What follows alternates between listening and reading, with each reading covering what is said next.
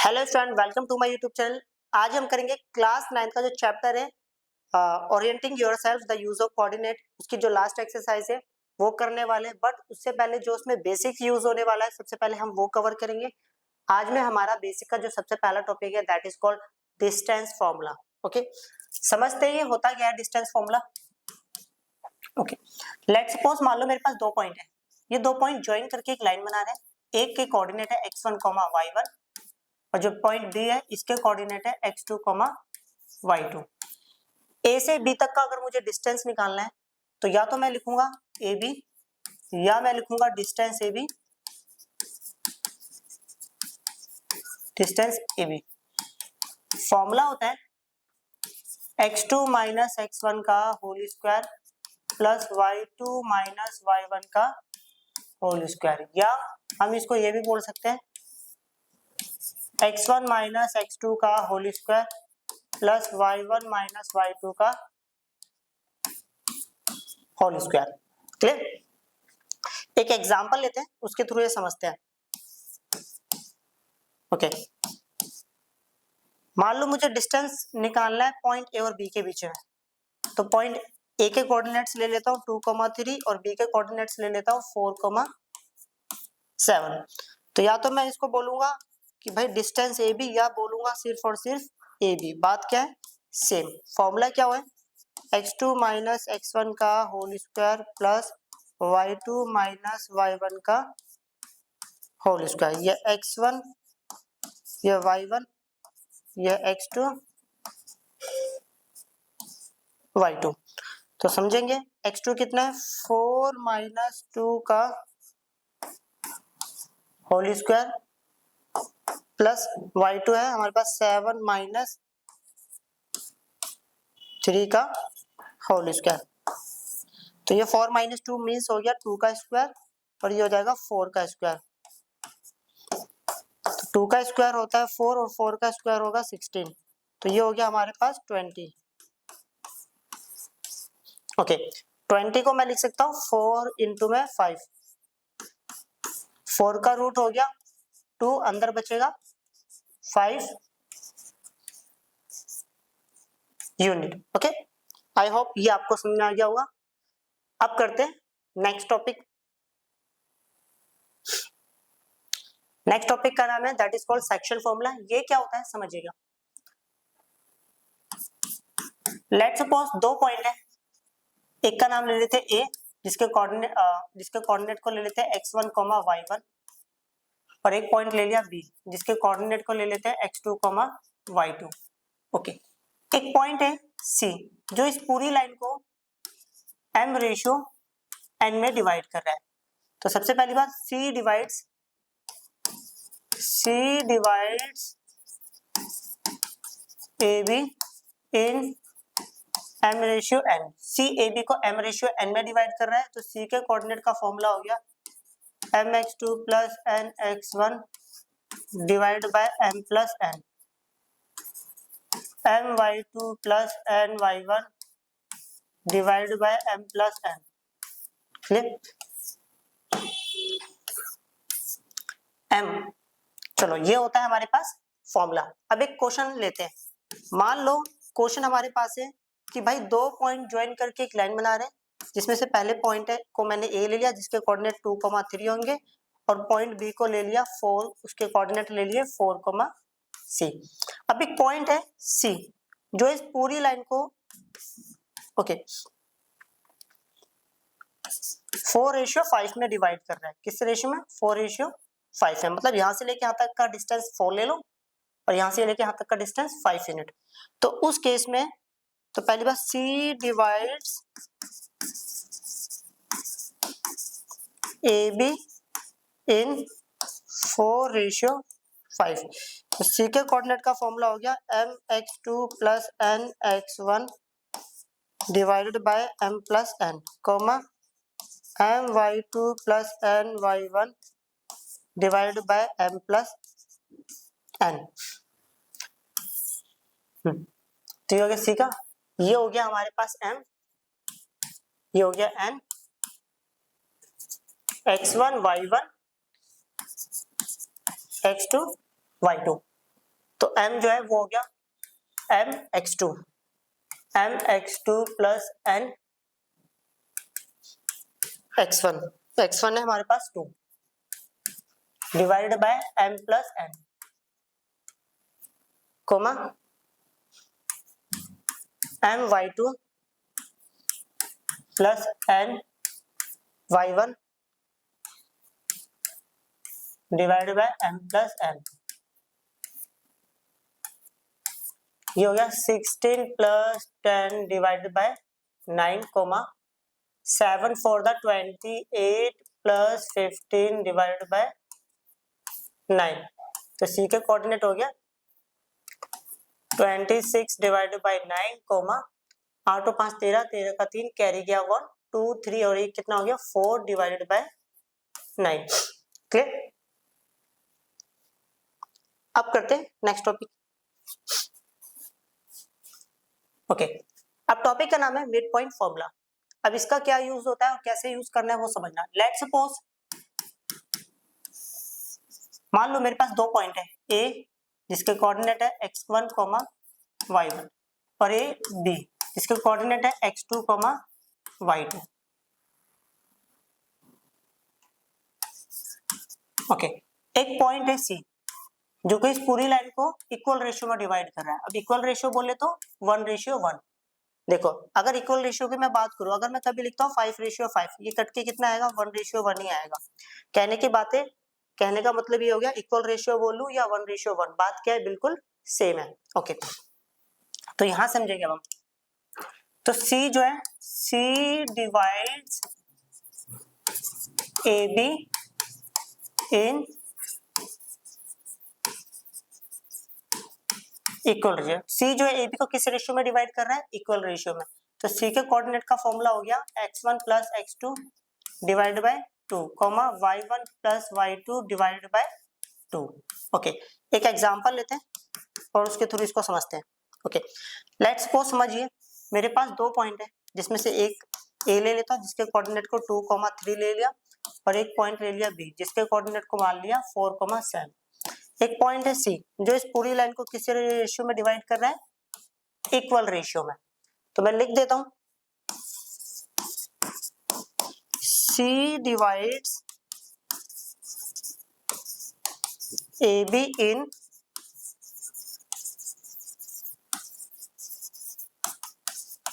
C A B को equal ratio में divide करेगा। तो सी का कोऑर्डिनेट का फॉर्मूला हो गया x1 plus x2 divide by 2 comma y1 plus y2 divided by 2। Clear.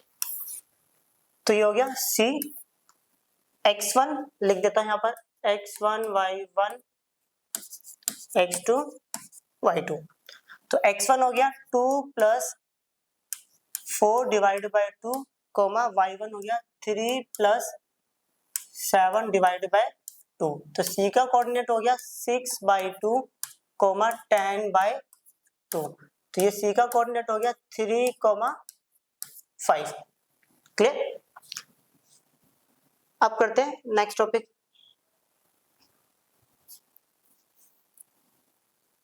Okay, topic का नाम है स्लोप या स्लोप ऑफ अ लाइन। देखो यहां से एक बात तो पता चली, लाइन की कहीं ना कहीं बात हो रही है। दूसरी बात, ये स्लोप होता क्या है, सिंपल शब्दों में समझते हैं। Slope is a numerical value, मतलब ये हमें कोई नंबर प्रोवाइड करता है। Okay, that describe both the stiffness and the direction of a line on a coordinate plane. अब देखो स्टिफनेस मतलब होता है ढलान, स्लोप का सिंपल शब्दों में मतलब होता है ढलान, मतलब कोई भी ऐसी चीज ओके जिसमें ढलान हो उसी चीज को बोला जाता है स्टिफनेस। अब एक बात समझना, ढलान को ही स्टिफनेस बोला जाता है। इसके लिए बेस्ट एग्जांपल ले सकते हैं, हमारे घर में वो जो जब बाइकें वगैरह उतारते हैं तो वहां पे ऐसा स्लोप, ऐसा इस टाइप का कोई वो चबूतरा बना रखा होता है, that is called slope. Okay, तो समझना अब स्लोप होता क्या है।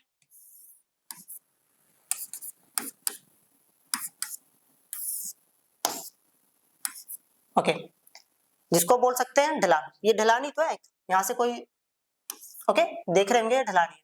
And the direction of a line on a coordinate plane, जो कि कोऑर्डिनेट प्लेन पे किसी लाइन की क्या करता है, डायरेक्शन को रिप्रेजेंट करता है। It measure the rate of change of vertical coordinate y relative to the horizontal coordinate x.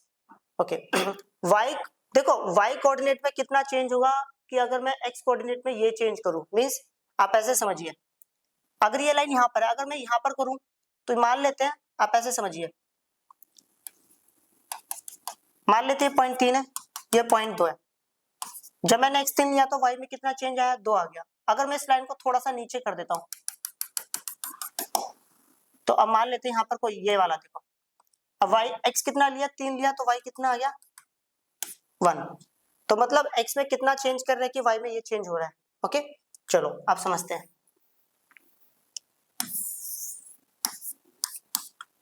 Clear? अब यहाँ पे एक छोटी सी प्रॉपर्टी समझना, ओके, या कह सकते हैं स्लोप का फॉर्मूला। देखो बेसिकली स्लोप को हम m से रिप्रेजेंट करते हैं, या दूसरे शब्दों में उसको हम tan थीटा भी बोलते हैं। क्लियर? 9th क्लास में बस हम इतना ही सीखेंगे, इससे ज्यादा नहीं। और स्लोप का फॉर्मूला होता है y2 minus y1 divided bye x2 minus x1। समझना, लेट सपोज मेरे पास 2 पॉइंट है, एक पॉइंट ले लिया a जिसका कोऑर्डिनेट है x1, y1, एक पॉइंट ले लिया b जिसके कोऑर्डिनेट है x2, y2। तो स्लोप निकालने का फॉर्मूला क्या होगा, दिस वन होगा। क्लियर? अब एक छोटी सी बात समझना, क्या है, अगर लेट सपोज मान लेते हैं कि मेरे पास 3 पॉइंट एक लाइन पर हो, तो इससे क्या सीखने को मिलेगा। ओके, और उससे पहले देखो, अगर मान लो मुझे, मैं इसको ये बोलूं या बोलूं स्लोप ऑफ लाइन AB, एक ही बात है, देख लिया। तो line AB, slope of line AB का फॉर्मूला हो गया y2 minus y1 divided bye x2 minus x1। अब समझते हैं, मान लेते हैं मेरे पास एक लाइन है, उस पर 3 कोऑर्डिनेट है,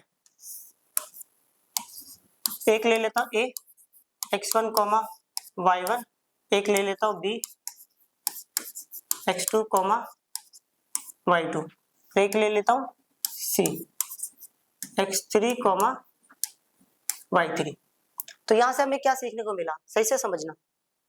देखो 3 कलर से समझाता हूं। पहली बात, अगर मैं AB वाली लाइन की बात करूं या मैं करूं BC वाली लाइन की बात करूं, और या मैं करूं AC वाली लाइन, तो ये तीनों पॉइंट एक ही लाइन पर है, एक सीधी लाइन पर है। मतलब ये तीनों की तीनों सेम वैल्यू। देखो यहाँ पर जो भी, देखो अगर मान लो मैं AB वाली लाइन की बात करूं, वही AB वाली लाइन है, वही BC वाली लाइन है, और वही, ओके सॉरी, AB वाली लाइन, ये BC वाली लाइन, ये AC वाली लाइन। तो ये तीनों देखो AB BC AC, ये तीनों कैसा एंगल बना रही है, सेम एंगल बना रही है। मतलब तीनों की वैल्यू क्या होगी, सेम होगी। तो यहां से पता चला कि भाई slope of line AB is equal to slope of line BC is equal to slope of line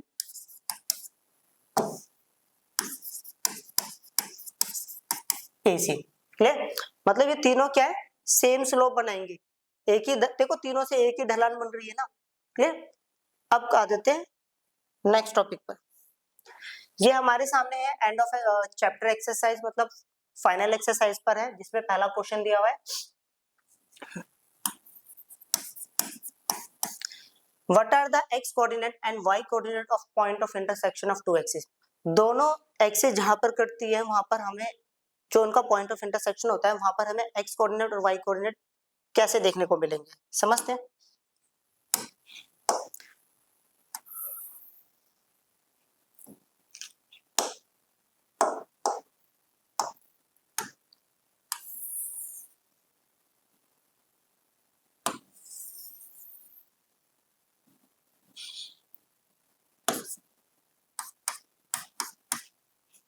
x dash y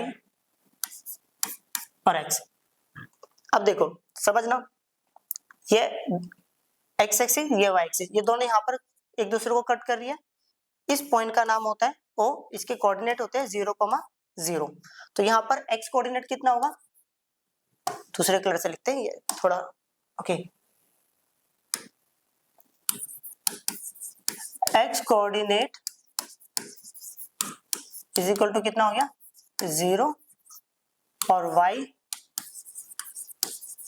coordinate is also equal to 0। Okay, छोटा सा क्वेश्चन था। अब करते हैं नेक्स्ट प्रॉब्लम। ये क्वेश्चन है हमारे सामने, question number 2। Point W has x coordinate is equal to -5। एक पॉइंट है W जिसका x कोऑर्डिनेट की वैल्यू -5 है। तो पहले इस पॉइंट को रिप्रेजेंट कर देते हैं, फिर उसके बाद बात करते हैं। ओके,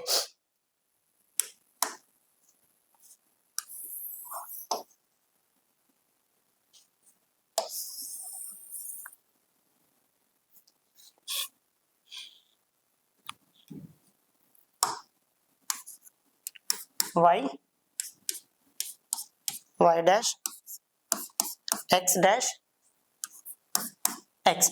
ओके, अब समझते हैं। Point W has x coordinate is equal to -5। एक पॉइंट है W जिसका x कोऑर्डिनेट पता है मुझे, y कोऑर्डिनेट नहीं पता है। तो समझिएगा, तो मतलब जो पॉइंट W होगा, जो पॉइंट W होगा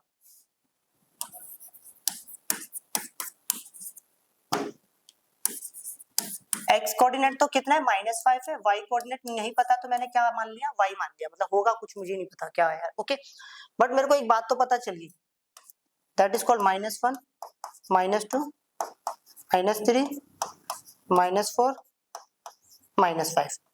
ओके, x कोऑर्डिनेट की वैल्यू कितनी है -5, मतलब मेरे को एक बात पता चल गया, जो -5 है ना यहाँ है, तो वो यहाँ कहीं होगा, y मुझे नहीं पता। देखो समझिएगा,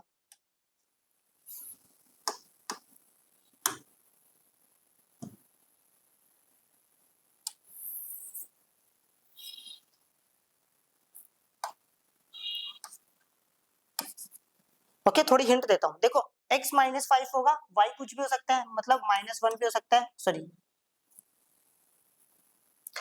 1 भी हो सकता है, 2 भी हो सकता है, 3 4 5 या कोई भी नंबर। आप ऐसे समझिए, देखो x -5 ले लिया, y 1 भी हो सकता है, x -5 ले लिया, y 2 हो सकता है, x -5 ले लिया, y 3 हो सकता है, x -5 ले लिया, y 4 हो सकता है, और यही काम नीचे भी x -5 ले लिया, y कितना हो सकता है -1 हो सकता है, -2 हो सकता है, -3 हो सकता है, -4 कुछ भी हो सकता है। ओके, तो आप समझते हैं आगे question. Can you predict the coordinate of point H which lies on the line through W parallel to y axis। इन्होंने बोला है कि क्या आप अंदाजा लगा सकते हो कि H जो पॉइंट है उसके कोऑर्डिनेट क्या होंगे, और वो जो H पॉइंट है, ओके, वो W वाली लाइन पर है और y एक्सिस के पैरेलल है। तो भाई समझिएगा, सिंपल शब्दों में दूसरे कलर से समझाना पड़ेगा इसको। तो ये लेते हैं हम, ये वाला। देखो, अब इन्होंने बोला है H जो है पॉइंट वो W वाली लाइन पर है। भाई तो W वाली लाइन तो यही है, समझना।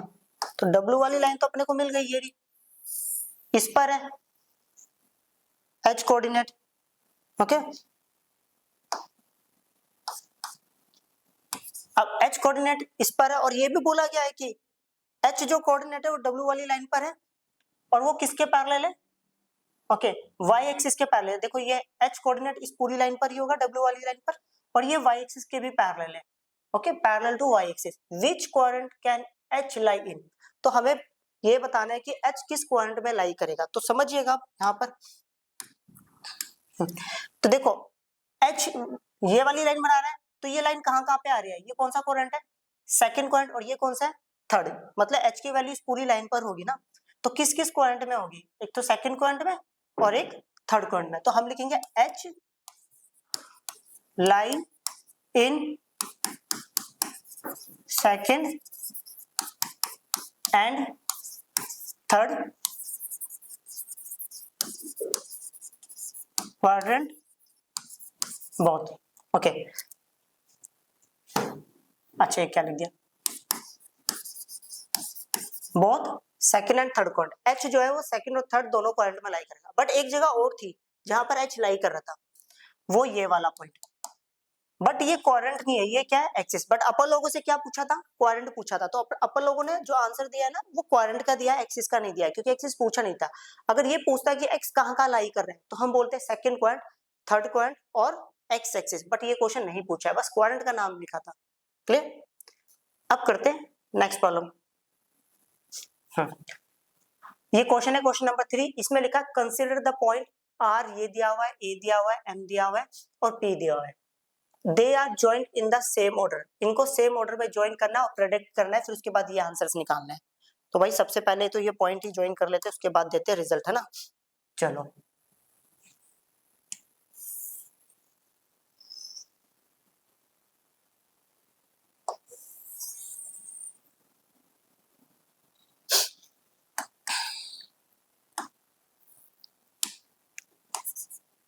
y x x dash y dash. अब समझना, तो यहाँ पॉइंट पे डाल देता हूँ 1 2 3 4 और 5 6, 1 2 3 4 5, बस बहुत, 1 2 3 4 5, -1 -2 -3 -4 -5, 1 2 3 4 हो गया। चलो अब समझते हैं।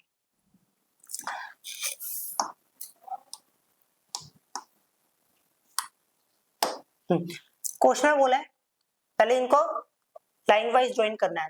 ओके, तो करते हैं ऑर्डर में। पहले आर का एक्स कोऑर्डिनेट कितना है 3, वाई कितना है 0, एक्स 3 है वाई 0, मतलब यहाँ होगा, that is called R coordinate, X 3 हो गया वाई 0 हो गया। फिर बोला गया ए कोऑर्डिनेट है 0, -2, ए कितना है, एक्स कितना है 0 और वाई कितना है -2, एक्स 0 वाई -2, तो यह यहाँ कहीं होगा, इसका नाम है ए, एक्स 0 वाई -2 है। ओके, फिर लिखा है एम कोऑर्डिनेट, एक्स कितना है -5 और वाई कितना है -2, तो -5, -2, तो ये हो गया एम। ओके, पी कितना है, x -5 है y2, x -5 है y2,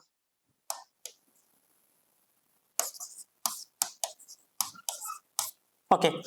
तो समझते हैं कि इनको ऑर्डर में ज्वाइन करना था, तो ऑर्डर में कर लेते भाई ज्वाइन। ज्वाइन करते हैं इस वाले कलर से, इस वाले से कर लेते हैं।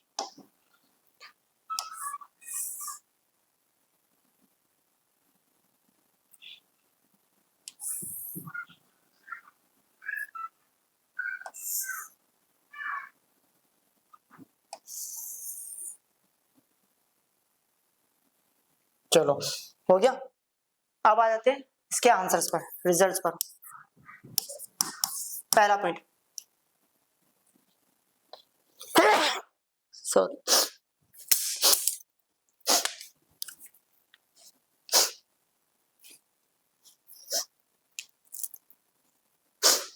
चलो, two sides of R A M P that's are perpendicular to each other, दो साइड्स बतानी है आर ए पी की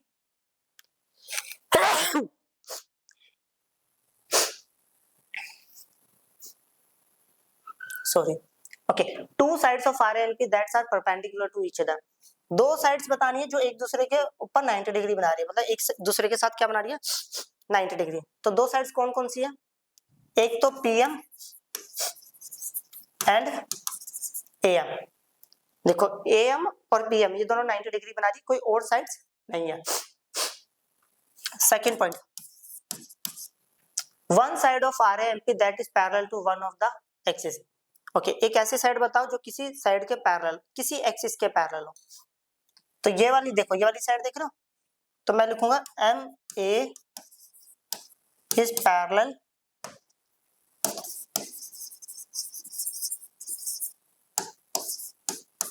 टू एक्स एक्सिस। और एक और, ये पीएम जो है वो किसके पैरेलल है, वाई एक्सिस, तो PM is parallel to Y axis. ये हो गया पॉइंट नंबर तीसरा। Two points that are mirror image of each other in one axis, which axis will this be. Okay, तो समझना, दो ऐसे पॉइंट्स बताने जो एक दूसरे की मिरर इमेज है, तो पॉइंट का नाम क्या है, पी एंड एम। तो मैं लिखूंगा point P and M are the mirror image of each other along x axis. मतलब जो पॉइंट P और M है वो x एक्सिस पर होकर x एक्सिस के अलोंग क्या बना रही है, मिरर इमेज बना रही है। क्लियर, एक बार नोट कर लीजिए। चलो अब करते हैं नेक्स्ट क्वेश्चन। अब हम करेंगे क्वेश्चन नंबर 4। ये हमारे सामने क्वेश्चन है, प्लॉट पॉइंट Z। हमारे पास एक पॉइंट है dash 5,-6 on a Cartesian plane, construct a right angle triangle IZN and find the length of the three sides. सबसे पहले ऐसा करते हैं, हम इस पॉइंट को प्लॉट करते हैं, बाकी सारा काम बाद का है। तो कैसे करेंगे समझना।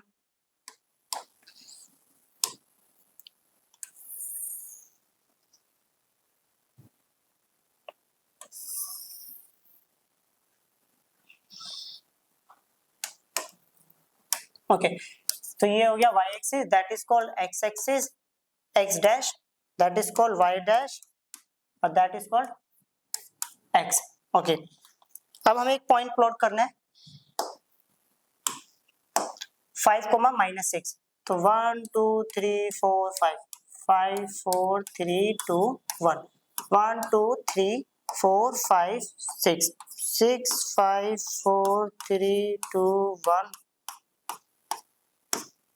ओके तो समझते हैं x5 और y-6। तो पॉइंट का होगा, यहाँ का ये होगा, इस पॉइंट का नाम दे दिया z, x5 और y-6।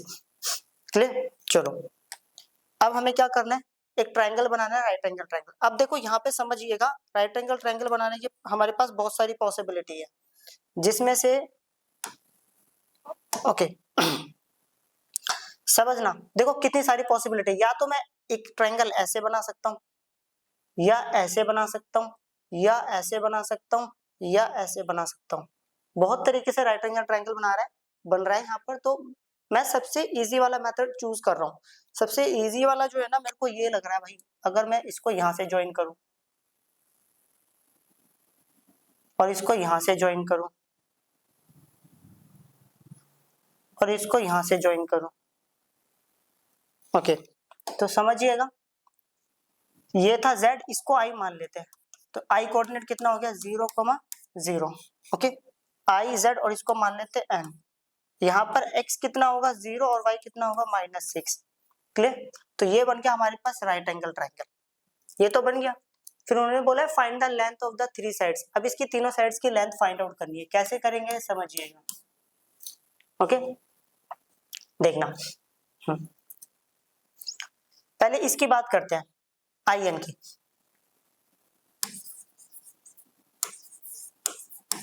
Length of side IN is,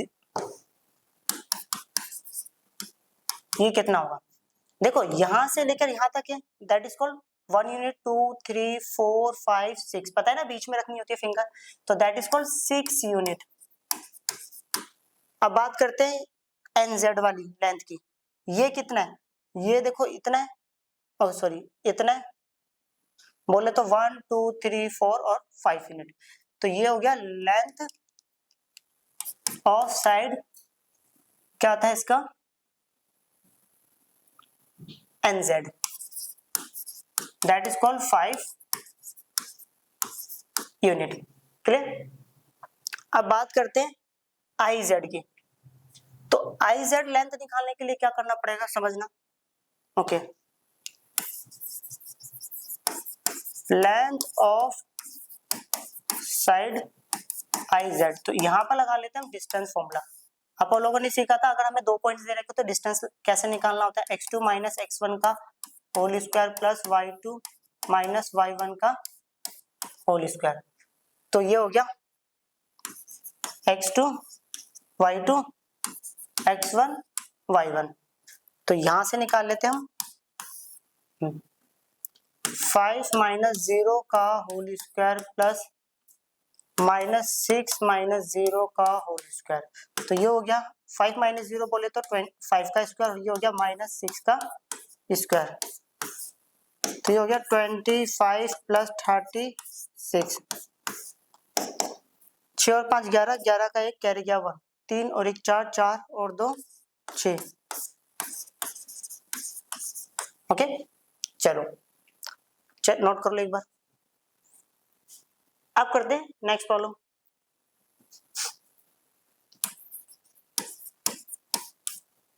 What would a system of coordinates be like if we do not have negative numbers? Okay, would this system allow us to locate all the points on a 2D plane? इन्होंने बोला है कि अगर मान लो अगर हमारे Cartesian plane पे negative number नहीं होंगे तो हमारा क्या हम अपने सिस्टम पे सारे टाइप्स के नंबर्स को लोकेट कर सकते हैं? चेक करते हैं एक बार, देखो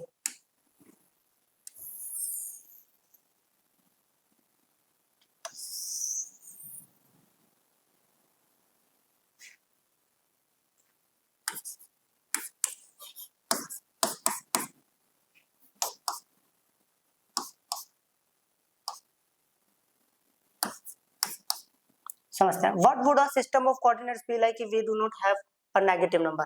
तो इन्होंने बोला अगर नेगेटिव नंबर नहीं होंगे तो समझना भाई ये होता है पॉजिटिव 1 2 3, ये 4, ओके 1 2 3 4 4 3 2 1, यहाँ पर 1 2 3 4 1 2 3 4, ओके समझना। अगर नेगेटिव नंबर नहीं होंगे तो बस हमारे पास कौन सा कोऑर्डिनेट होगा? ओके सिर्फ फर्स्ट कोऑर्डिनेट होगा। ओके तो हम लिख सकते हैं we have only first coordinate, तो हमारे पास क्या होगा? सिर्फ और सिर्फ फर्स्ट कोऑर्डिनेट होगा। ये तो पहले का आंसर दे दिया। Would this system allow us to locate all the points on a 2D plane? क्या ये अब हमारे को, अगर हमारे पास देखो नेगेटिव नंबर नहीं होंगे तो क्या हम सारे पॉइंट्स को रिप्रेजेंट कर सकते हैं या शो कर सकते हैं? तो हम लिखेंगे नो, कि हमारा जो सिस्टम है अब नेगेटिव नंबर को लोकेट करने की परमिशन नहीं देगा। क्लियर? अब करते हैं नेक्स्ट क्वेश्चन। ये क्वेश्चन है question number 6। Are the points M, A and G are on the same straight line? ये सारे के सारे एक ही स्ट्रेट लाइन पर है points. Suggest a method to check this without plotting and joining the points. एक ऐसा मेथड बताओ जिससे कि हम इनको नहीं प्लॉट करें नहीं ज्वाइन करें। ओके कि ये सीधी लाइन पर है या नहीं है। तो कैसे पता करेंगे समझना। सबसे पहले हम निकाल लेते हैं, याद है ना हमने एक मेथड सीखा था। अगर मान लो ये तीनों पॉइंट्स M, A और G अगर ये सही में एक सीधी लाइन पर है तो हमें क्या पता चला? AM का स्लोप, AG का स्लोप और MG का स्लोप तीनों क्या होगा? बराबर होगा, मतलब एक ही लाइन पर होंगे फिर ये सारे पॉइंट्स। क्लियर? तो बारी बारी मैं चेक कर लेता हूँ। तो पहले तो M कोऑर्डिनेट है वो है -3, -4। ओके A कोऑर्डिनेट यहाँ पे बोला भी गया है कि इनको प्लॉट नहीं करना, without plotting okay and joining, बिना जोड़े और बिना प्लॉट किए हमें ये बताना है। O 0,0 और G 6,8। तो ऐसा करते हैं, अब यहाँ पे लगाते हैं स्लोप ऑफ लाइन MA। तो फॉर्मूला होता है ये x1 मान लेते हैं, ये y1 मान लेते हैं, ये x2 और ये y2। फॉर्मूला होता है y2 minus y1 divided bye x2 minus x1। समझना y2 कितना है? 0 माइनस y1 है -4। x2 कितना है? 0 माइनस x1 है -3। तो ये हो गया 0 + 4। अब 0 तो कुछ होता ही नहीं है, तो ये हो गया 4 और ये हो गया 3। ओके तो अब ऐसा करते हैं, इसको मिटा देते हैं। अब निकाल लेते हैं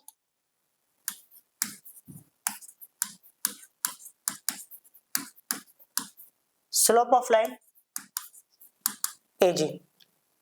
तो ये हो गया x2 y2 x1 y1।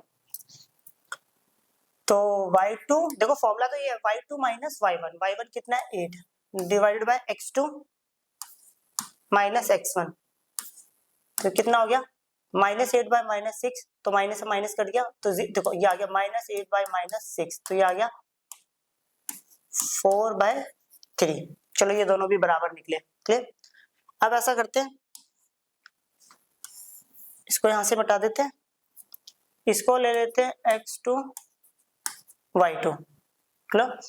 तो इसको नाम दे देते हैं स्लोप ऑफ लाइन। फॉर्मूला फिर वही y2 minus y1, -4 minus y1 कितना है, x2 माइनस x1, तो ये हो गया -12 और ये हो गया -9, ये कट गया। अच्छा 3 3 द 9, 3 4 द 12। देखो तीनों का स्लोप क्या है, बराबर निकला है, तो मैं लिख सकता हूँ स्लोप ऑफ लाइन क्या था, MA इज इक्वल टू में slope of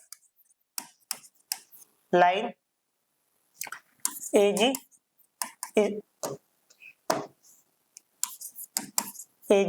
is equal to slope of line MG। So therefore points क्या नाम था इसका, MA and G are on a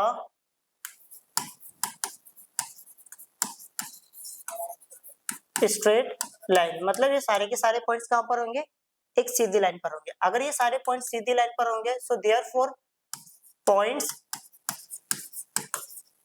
A,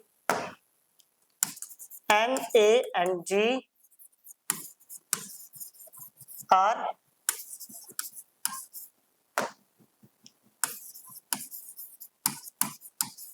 collinear points. तब ये तीनों के तीनों पॉइंट्स क्या होंगे, हमारे पास कॉलिनियर पॉइंट्स होंगे। क्लियर, एक बार नोट कर लो। ओके, अब करते हैं नेक्स्ट क्वेश्चन।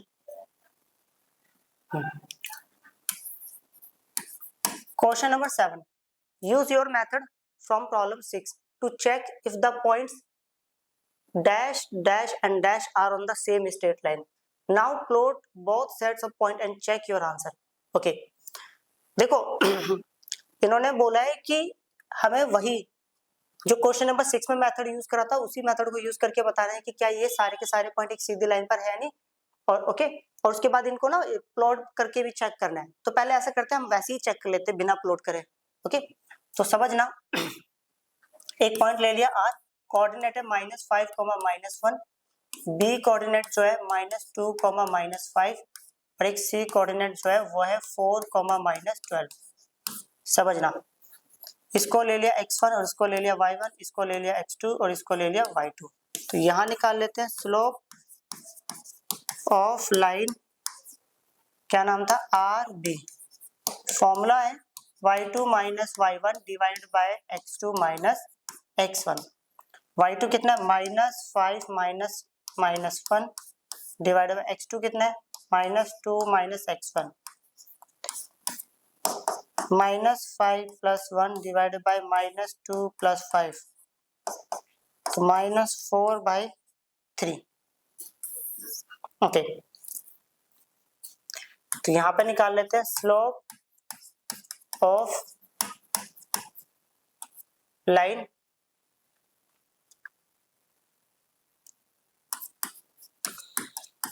BC।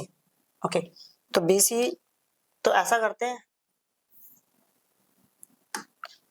इसको x1 मान लेते हैं और इसको y1 मान लेते हैं। तो फॉर्मूला वही है, y2 बोले तो y2 minus y1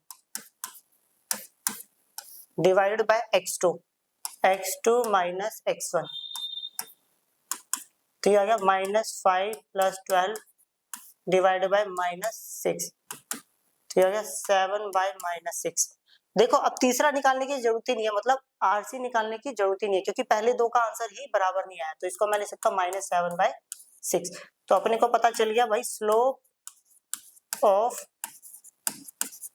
line RB which is not equal to slope of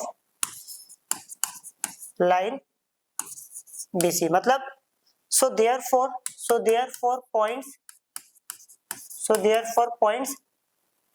R, B and C are not lie on a straight line. मतलब ये तीनों के तीनों पॉइंट एक सीधी लाइन पर नहीं होंगे. ओके, बाकी आप इसको ना देखो प्लॉट भी करना था. प्लॉट करने के लिए मैंने यहाँ पे ग्राफ लगाना भूल गया था, कोई बात नहीं.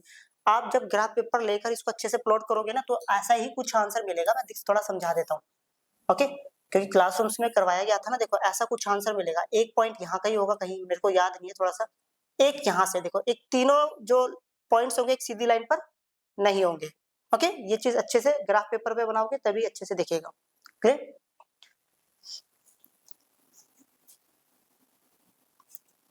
अब करते हैं नेक्स्ट क्वेश्चन. ये क्वेश्चन है क्वेश्चन नंबर 8 हमारे सामने.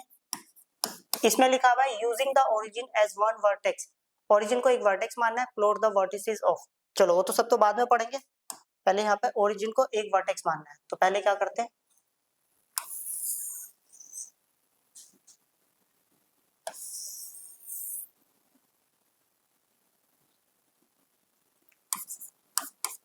y x dash y dash x. Okay, पहला पॉइंट, ओरिजिन को एक वर्टेक्स मानना है. ओरिजिन ले लिया वो 0,0, इसको एक वर्टेक्स मान लिया किनारा ट्रायंगल का. ओके, पहले में बोला है अ राइट एंगल आइसोसेलेस ट्रायंगल. एक राइट एंगल आइसोसेलेस ट्रायंगल बनाना है. देखो एक ऐसा ट्रायंगल जो कि 90 डिग्री भी हो, 90 डिग्री वाला हो और जिसकी दोनों साइडें बराबर हो. तो कैसे बनाएंगे समझना. तो ऐसा करते हैं 1 2 3 1 2 3 1 2 3. ओके, तो बनाता हूँ एक ट्रायंगल. कलर ले लेते हैं ये वाला नहीं. हाँ चलो ये वाला ले लेते हैं. देखना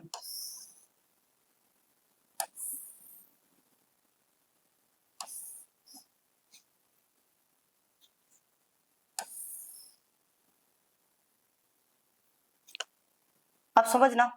और right angle triangle plot the vertices of. Okay, इसके वर्टिसेस बताने थे. एक राइट एंगल ट्रायंगल बनाना था, कहीं पे भी बना सकते हो. ओके, बस जो उसका एक वर्टेक्स होना चाहिए वो ओरिजिन होना चाहिए. चाहे आप यहाँ बनाओ, यहाँ बनाओ, यहाँ बनाओ, यहाँ बनाओ, कहीं पे भी. बहुत सारे ऑप्शंस थे हमारे पास. तो मैंने तो ये बनाया, तो मैं इसका नाम दे देता हूँ कुछ a. इसके कोऑर्डिनेट होंगे x3 है और y कितना है 0. इसका नाम दे देता हूँ b. इसके कोऑर्डिनेट होंगे x0 हो गया और y3. चलो क्वेश्चन खत्म नहीं हुआ है, ये तो पहला हुआ था. Second point, an isosceles triangle with one vertex in quadrant third and other in quadrant fourth. एक isosceles triangle बनाना है जिसका एक वर्टेक्स थर्ड क्वाड्रेंट में होना चाहिए और एक फोर्थ में. तो कैसे बनाएंगे समझते हैं. ये बना दिया isosceles triangle.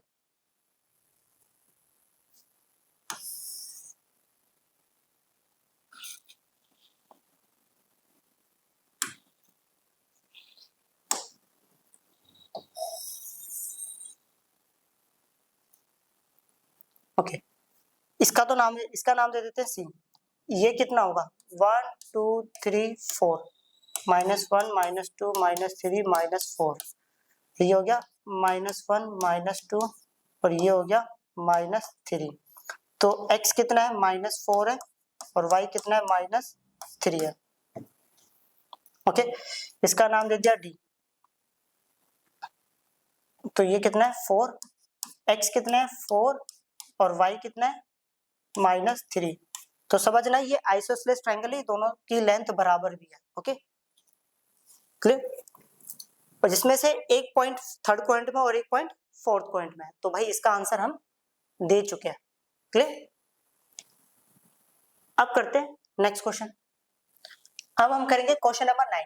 ये हमारे सामने क्वेश्चन है क्वेश्चन नंबर 9. क्वेश्चन में लिखा है the following table shows the connection of point S M and T. In each case state whether M is the mid point of segment S T. हमें बताना है कि जो एम पॉइंट है वो एस टी का मिड पॉइंट है या नहीं, ये बताना है. Justify your answer. उसके बाद हमारे आंसर को जस्टिफाई करना है, रीजन बताना है क्यों और क्यों नहीं. चलो ये एस के कोऑर्डिनेट है, ये पहला पॉइंट मान लेते हैं। ओके, ये दूसरा और इसको तीसरा मान लेते हैं, that is called fourth point. Okay, M S और टी के कोऑर्डिनेट्स है, इसमें पूछा is M is the mid point of S T, yes और नो, मतलब एम एस टी का मिड पॉइंट है या नहीं वो बताना है। रीजन फॉर योर आंसर, फिर रीजन भी बताना है। ओके चलो, रीजन वगैरह तो एग्जाम में पूछा नहीं जाता है, कोई दिक्कत नहीं है, यहाँ आप आ जाते हैं। अब when m is the midpoint of st can you find any connection between the coordinate of m s and t, अगर m s t का मिड पॉइंट होता है तो इन तीनों के बीच में क्या कनेक्शन होगा, हमें उसके बारे में भी डिस्कस करना है। तो पहले तो हम ये पता करते हैं कि m s t का मिड पॉइंट है या नहीं, तो कैसे पता करेंगे समझना। पहला पॉइंट, ओके समझना, मतलब ये मान के चल लेते हैं, ये s के कोऑर्डिनेट, ये t के कोऑर्डिनेट कितना है -3,0 और ये है 3,0 और ये हो गया हमारे पास m। ओके ऐसा करते हैं, हम m के कोऑर्डिनेट इसको मान लेता हूं m इज द, मैंने लेट कर लिया 2 मिनट के लिए कि 2 मिनट के लिए मान लेता हूं कि m st का मिड पॉइंट है, m is the mid point of st। अगर m st का मिड पॉइंट है तो यहां से हमें क्या सीखने को मिला कि m का जो कोऑर्डिनेट होगा वो फॉर्मूला होगा x1 plus x2 divided by 2 comma y1 plus y2 divided by 2। तो ये हो गया m का जो कोऑर्डिनेट होगा, x1 क्या है, x1 y1 x2 y2, तो x1 है -3 plus 3 divided by 2 comma y1 कितना है 0 और y2 हमें दिया हुआ है 0 डिवाइडेड बाय 2, कितना हो गया 0 डिवाइडेड बाय 2, ये हो गया 0 डिवाइडेड बाय 2, तो m के कोऑर्डिनेट हो गया 0,0। ओके तो आपने एक चीज नोटिस करी, जब मैंने m के कोऑर्डिनेट निकाला तो कितना आया 0,0 और यहाँ पर भी हमें 0,0 दिया है, मतलब सही कोऑर्डिनेट आया है। तो इससे क्या पता चला कि m जो है st के क्या है मिड पॉइंट है, तो हम यहाँ पर क्या लिखेंगे, यस लिख दिया। Okay point number second. Okay yes ये t और 2 मिनट के लिए मान लेते हैं ये m है, तो मैंने लेट कर लिया m is the mid point of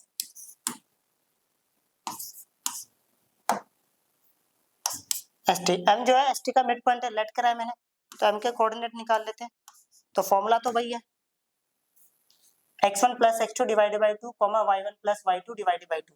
तो इस बार x1 कितना हो गया, x1 y1 x2 y2, तो x1 कितना है 2, x2 कितना है 4 डिवाइडेड बाय 2, y1 कितना है 3, y2 कितना है 5 डिवाइडेड बाय 2। तो ये m के कोऑर्डिनेट होंगे 6/2 कॉमा 8/2।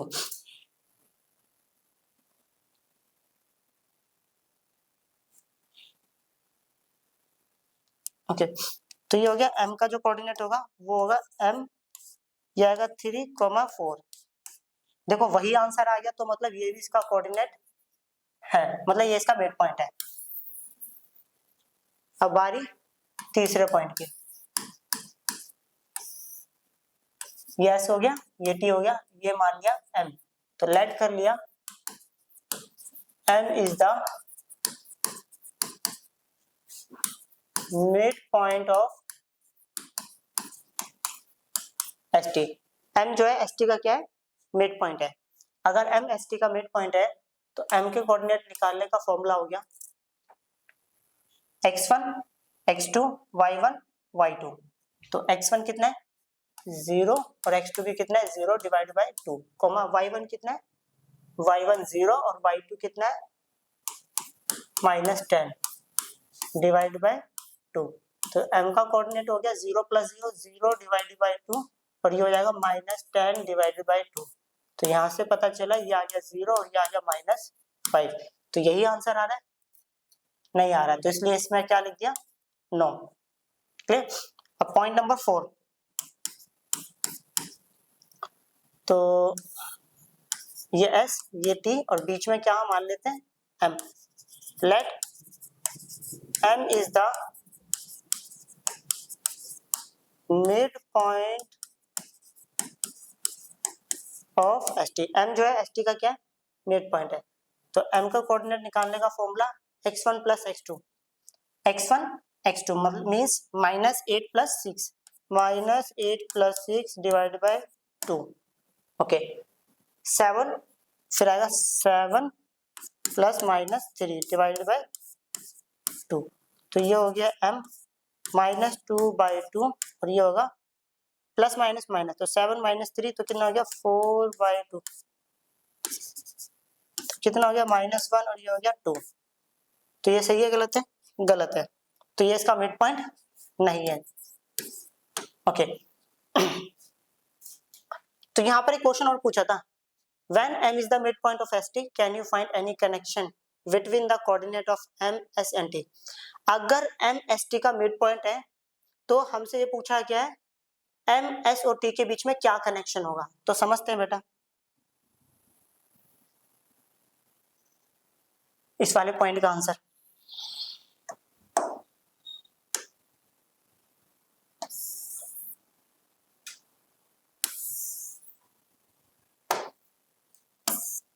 चलो अगर समझना, अगर m एस टी का मिड पॉइंट है तो यहां से देखो कोई भी क्वेश्चन उठा लो, ये वाला उठा लेते हैं। अगर m जो है एस टी का मिड पॉइंट है तो ये चीज क्या होती है, इस चीज को बोला जाता है एवरेज। एवरेज कैसे निकालते हैं, लेट सपोज मान लो मेरे पास 3 नंबर है, ओके मान लेते हैं 2, 4 और 6। अगर मैं बोलूं इसका एवरेज निकालना है तो कैसे निकालेंगे, 2 + 4 + 6 डिवाइड बाय 3 कर देंगे। अगर मेरे पास 2 नंबर है, एक 5 और एक 6, अगर एवरेज निकालने के लिए बोला गया है तो 5 + 6 डिवाइड बाय 2। तो ये चीज यही थी, मतलब m का जो कोऑर्डिनेट है s के कोऑर्डिनेट का क्या है, एवरेज है, ओके। तो अब इनके बीच में क्या रिलेशन है, तो ये point average of coordinate m is equal to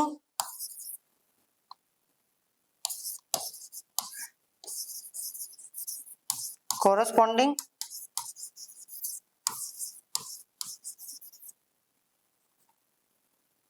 corresponding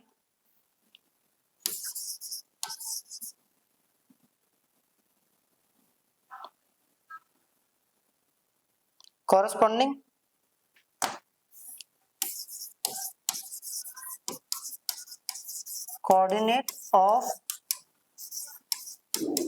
point S and T, okay समझना, कहने का मतलब है m किसके बराबर है, s की पॉइंट के एवरेज के बराबर है, ओके। तो मैंने लिखा है average of coordinate m is equal to, अच्छा यहाँ पर एक वर्ड गलत लग गया है, sorry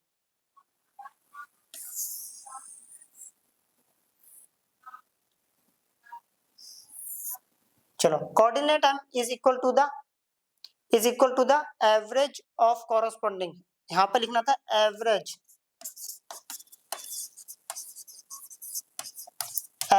of corresponding coordinate of s and t। मतलब m जो कोऑर्डिनेट है वो किसके बराबर है, s कोऑर्डिनेट के और t कोऑर्डिनेट के एवरेज के बराबर है, क्लियर।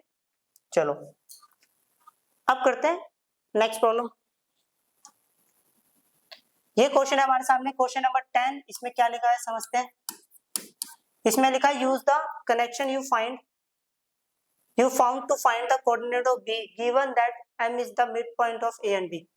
इन्होंने पूछा इन तीनों के बीच में क्या कनेक्शन है, कि अगर m जो है ab का मिड पॉइंट है, तो मतलब हमें क्या पता चला, यहां से पता चला भाई एक कोऑर्डिनेट तो दिया है a 3, -4 और एक दिया हुआ है b x, y। यहाँ पर जो पॉइंट है m जिसके कोऑर्डिनेट दिया है -7, 1, ओके। तो यहां बता रखा है m इज द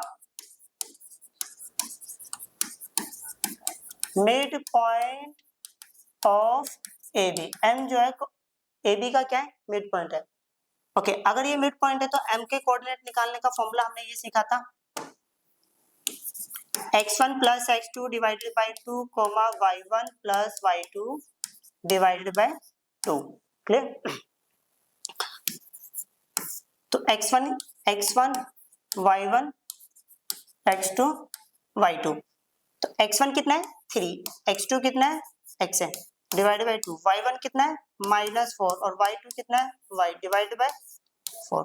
नाउ अब एक छोटी सी बात समझिए, ये m का x कोऑर्डिनेट है, ये y कोऑर्डिनेट है, तो m का x कोऑर्डिनेट जो होगा वो बराबर होगा x coordinate, means -7 is equal to में 3 प्लस x डिवाइड बाय 2, और दूसरा -4 plus y by 2, y coordinate किसके बराबर होगा, y कोऑर्डिनेट के, क्रॉस मल्टीप्लाई करा तो -14 इज इक्वल टू में 3 प्लस x, इधर प्लस इधर की कितना हो गया minus, -14 minus 3 is equal to में x, then the value of x is equal to में -17।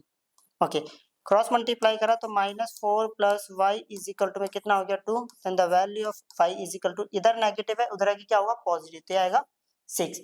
ओके, तो इनों के बीच में क्या कनेक्शन था कि भाई x की वैल्यू -17 होगी और y की वैल्यू 6 होगी। क्लियर? अब करते हैं नेक्स्ट प्रॉब्लम। ये क्वेश्चन है क्वेश्चन नंबर 11।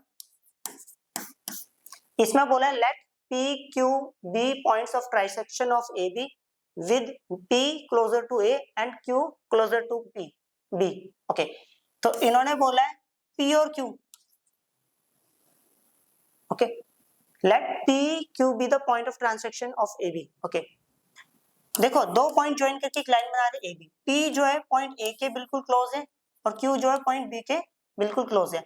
अब ये दोनों पॉइंट्स इस पूरी लाइन को कितने बराबर रेशियो में बांट रहे हैं, 3 बराबर ratio, means 1 ratio 1 ratio 1 ratio. Okay, देखो तीनों के बराबर रेशियो हो गया 1 1 1, जब कुछ ना दिया तो 1 1 1 ले लेंगे। ओके, उसके बाद लिखा है using your knowledge of how to find the coordinates of mid point of segments. Okay, हमें अपनी नॉलेज का यूज करना है, इसके मिड पॉइंट्स के कोऑर्डिनेट्स को फाइंड आउट करना है। How would you find the coordinate of P and Q? Do this for the case when the point A की वैल्यू ये दी हुई है और B की वैल्यू दी हुई है ये। भाई सीधी सी बात है, हमें क्वेश्चन में ये बोला गया है कि भाई ये P और Q के कोऑर्डिनेट निकालने हैं, बस सिंपल शब्दों में। क्लियर? तो समझते हैं, देखो कोऑर्डिनेट निकालने का फॉर्मूला ऐसा करता हूं मैं, पहले P के कोऑर्डिनेट निकालता हूं। अगर मैं P का कोऑर्डिनेट निकालूंगा तो यहां से लेकर यहां तक कितना हो गया 1 रेशियो, और यहां से लेकर यहां तक कितना हो गया 1 + 1 2 रेशियो। तो अपने को पता चल गया P डिवाइड्स AB इन 1:2। जब रेशियो बराबर नहीं होता तो हम फॉर्मूला यूज करते हैं सेक्शन फॉर्मूला। ओके, तो P के कोऑर्डिनेट निकालने का फॉर्मूला होगा mx2 + nx1 divide by m + n, comma my2 + ny1 divide by m + n। Clear? ये हो गया m, ये हो गया n, x1 y1 x2 y2। तो m की वैल्यू 1 है, x2 की वैल्यू 16 है, n की वैल्यू जो है वो 2 है, x1 की वैल्यू 4 है, m कितना है, m की वैल्यू 1 + 2, m जो है 1, y2 -2, n 2 y1 7 divide by 1 + 2, तो ये आ गया 16 + 8 डिवाइड बाय -2 + 14।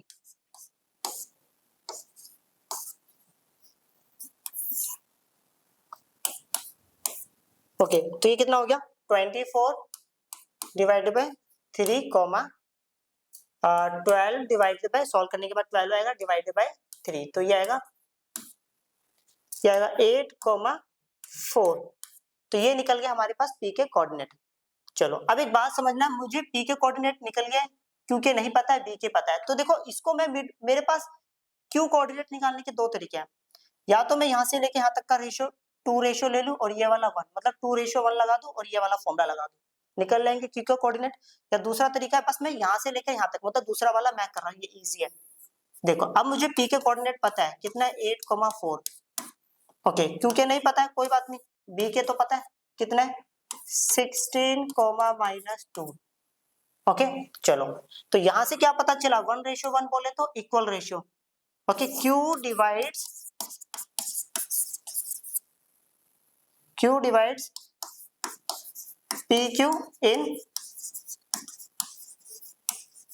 Equal ratio. तो Q के जो कोऑर्डिनेट का फॉर्मूला होगा वो होगा x1 plus x2 divide by 2 comma y1 plus y2 divide by 2 x1 y1 x2 y2। तो x1 कितना है 8 प्लस 16 डिवाइड बाय 2, y1 है 4 प्लस माइनस 2 डिवाइड बाय 2, ये हो गया 24। ओके ये कितना होगा 8 से 14, 14 का 4 क्या रहा 24 डिवाइड बाय 2, ये हो जाएगा। प्लस माइनस क्या होता है माइनस, तो 4 में से 2 गया तो 2 डिवाइड बाय 2। तो ये हो गया हमारे पास क्यू के कोऑर्डिनेट 12,1। क्लियर।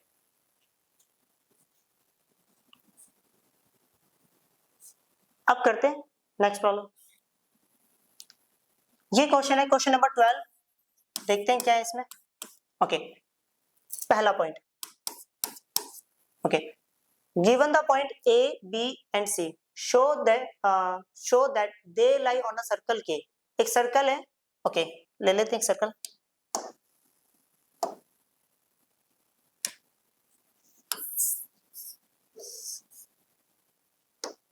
इन्होंने बोला एक सर्कल है जिसका नाम क्या दिया हुआ है K है। इस सर्कल का नाम क्या है who centre is origin. Okay what is the red, अच्छा हु सेंटर इज ओरिजिन, जिसका सेंटर क्या है ओरिजिन, बोले तो O 0,0। Okay given the point A, B and C, हमें 3 पॉइंट दिए A, B, C। Okay what is the radius of K, हमें इसका रेडियस निकालना है। चलो देखो given the point A, B, C show that they lie on circle, हमें ये शो करना है कि क्या ये तीनों पॉइंट सर्कल के ऊपर आएंगे या नहीं आएंगे। तो देखो कैसे पता करेंगे। Okay show that they lie on circle के, ये शो करना है कि सर्कल के ऊपर आएंगे। Who centre is 0,0। अच्छा ए कोऑर्डिनेट क्या है 1, माइनस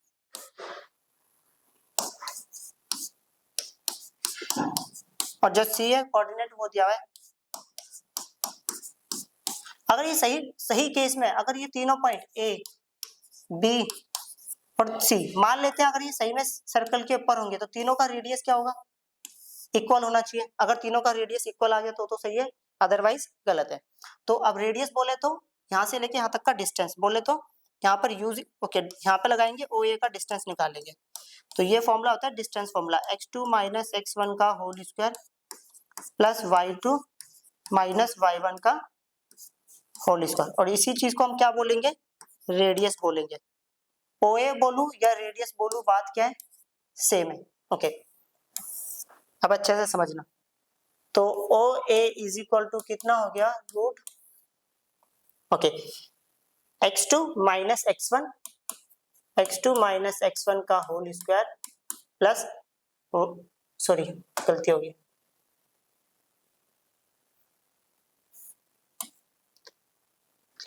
देखना x2 माइनस x1 मतलब 1 माइनस 0 का whole square plus y2 minus y1 का होल स्क्वायर माइनस 8 माइनस 0 का होल स्क्वायर। तो कितना है 1 का स्क्वायर 1 माइनस 8 का स्क्वायर 64। तो ये हो गया 65 और ये आ गया रूट यूनिट। क्लियर। चलो तो अब ऐसा करते हैं ओ भी निकाल लेते हैं,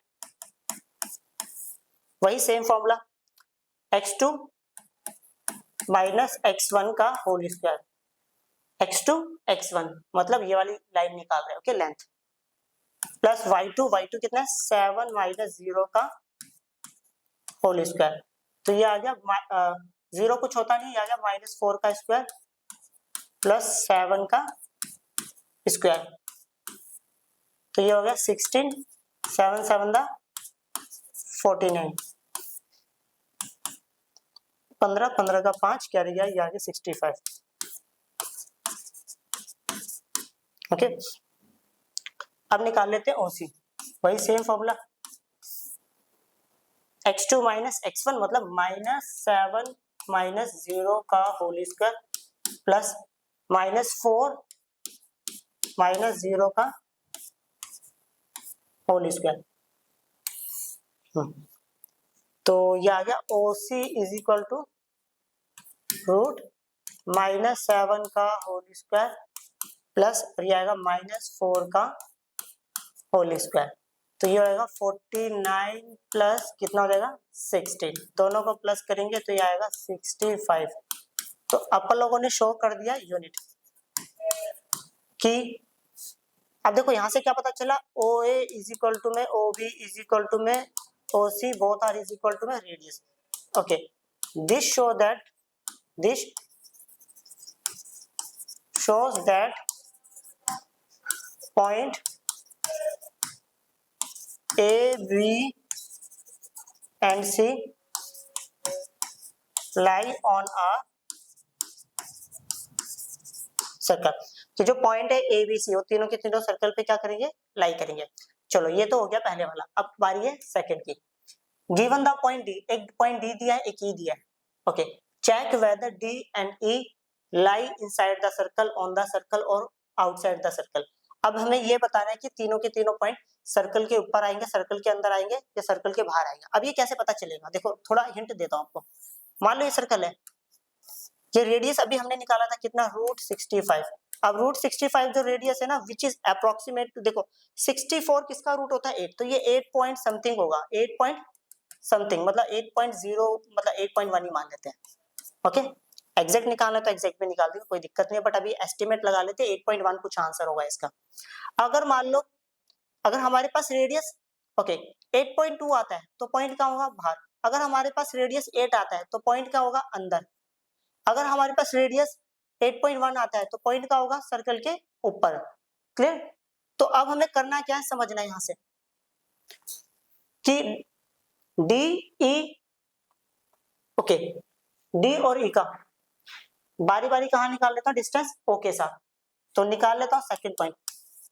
एक बार मैं निकालता हूं डिस्टेंस ओडी, मतलब यहां से लेकर अब डी जहां पे भी होगा, मुझे नहीं पता यहां होगा यहां होगा यहां होगा, पहले डिस्टेंस निकाल के चेक कर लेते हैं। तो फॉर्मूला वही x2 माइनस x1 का whole square plus y2 minus y1 का होल स्क्वायर, x2 x1 तो मतलब मीन्स -5 माइनस 0 का whole square plus y2 6 minus 0 का होल स्क्वायर। तो माइनस ये आ गया -5 का स्क्वायर प्लस ये आएगा 6 का स्क्वायर। ओके, तो ये आएगा 25 और ये आएगा 36। चलो तो ये आ गया 6 और 5 11, 11 का 1 11 गया 3 और 1 4 5 6, तो ये आएगा √61। अब √61 जो होता है इससे छोटा है, मतलब अपने को एक बात पता चली, √65 समझना, √65 इज ग्रेटर देन √61। तो मीन्स कि अब देखो पहले वाला जब हमने रेडियस निकाला था वो यहाँ से यहाँ तक था और जो कि कितनी वैल्यू थी, √65 थी। अब हमारा आंसर √61 आया, तो मतलब सर पॉइंट कहाँ होगा, so therefore okay so therefore point D lie inside a circle, कि जो पॉइंट डी होगा सर्कल के अंदर होगा, क्योंकि रेडियस छोटा निकला है। ओके, √65 से छोटा निकला है, तो पॉइंट कहाँ होगा, सर्कल के अंदर होगा, सर्कल के ऊपर भी नहीं होगा ना सर्कल के बाहर होगा। अब दूसरा निकाल लेते हैं इसी का, ई के साथ चेक कर लेते, तो अब निकालते हैं ओ ई डिस्टेंस, ओ ई समझना। फिर वही x2 minus x1 means 0 minus 0 का होल स्क्वायर प्लस फिर y2 कितना है 9 और y1 कितना है 0। तो ये हो गया 0 माइनस 0 0 और 9 का स्क्वायर 81। ओके 0 कुछ होता नहीं है तो 81 का रूट कितना होता है 9 होता है। अब देखो 9 जो होता है वो ग्रेटर देन होगा रूट 65 से। अब ये बड़ा है। अब देखो यहाँ से लेके यहाँ तक का जो रूट है ना, तो यहाँ से लेके यहाँ तक का जो वैल्यू थी वो रूट 65 निकली है, मतलब रेडियस। रूट 65 रेडियस मतलब होता है 8.1 के आसपास ही। ओके बट हमारा अभी जो ओ ई डिस्टेंस है, ओ ये रहा, तो ई कहाँ होगा, पक्का बाहर होगा। तो यहाँ से क्या पता चला, यहाँ से पता चला so therefore point E lie outside the circle। Clear.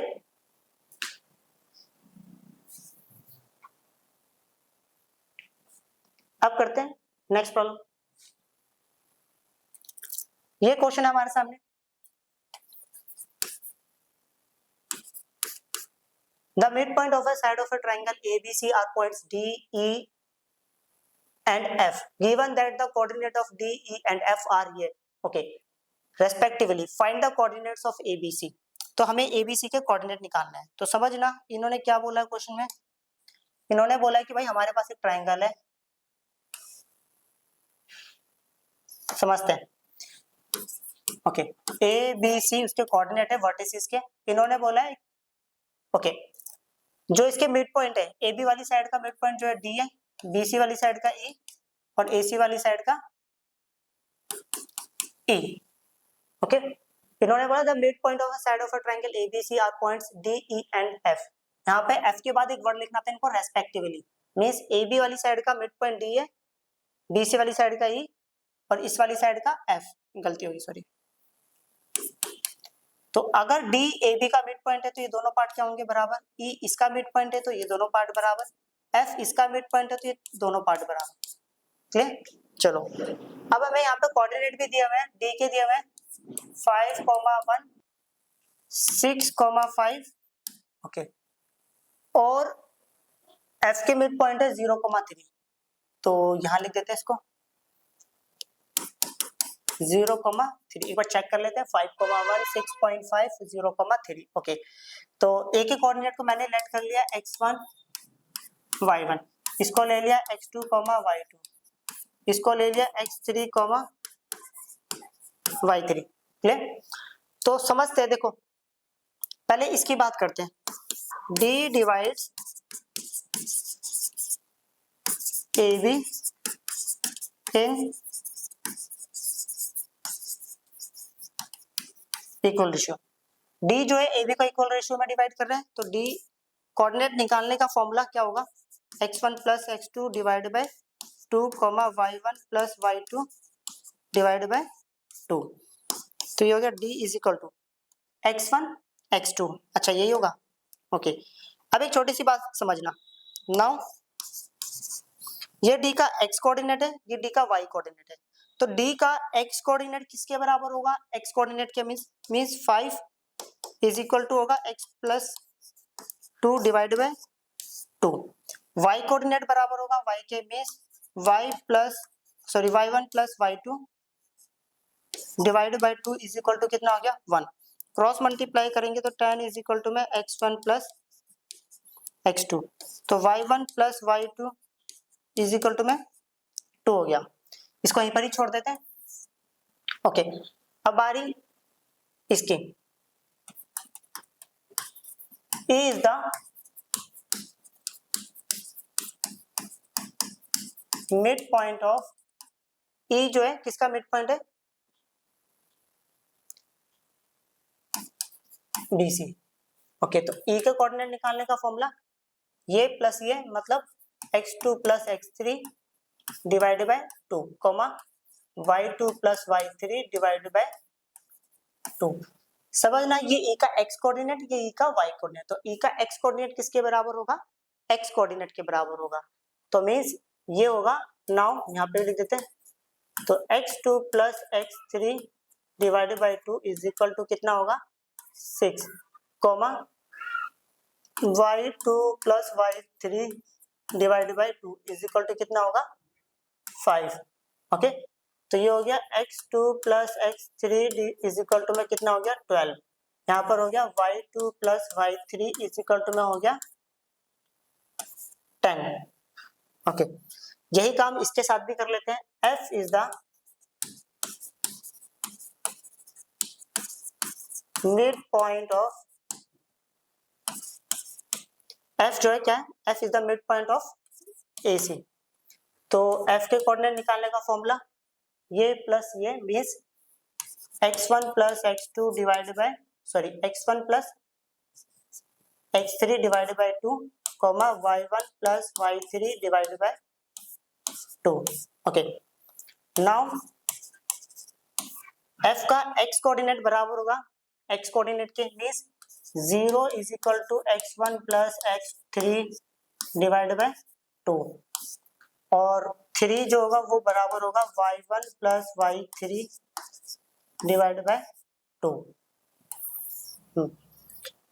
तो क्रॉस मल्टीप्लाई करा तो ये आ गया 0 is equal to x1 plus x3, ये होगा 6 is equal to y1 plus y3। Okay, अब देखो इनको सॉल्व करना है तो बारी बारी इक्वेशन बना लेते हैं। तो कैसे करेंगे थोड़ा सोचते हैं पहले। ओके, तो ऐसा करते हैं, इधर प्लस इधर के मैं इसको माइनस कर देता हूँ। तो ये हो गया x2 इज इक्वल टू में x1, इसको दे दिया इक्वेशन नंबर 1। ओके, अब बारी इसकी, तो यहाँ कर देते हैं x3 इज इक्वल टू में ये हो गया 12 माइनस x2।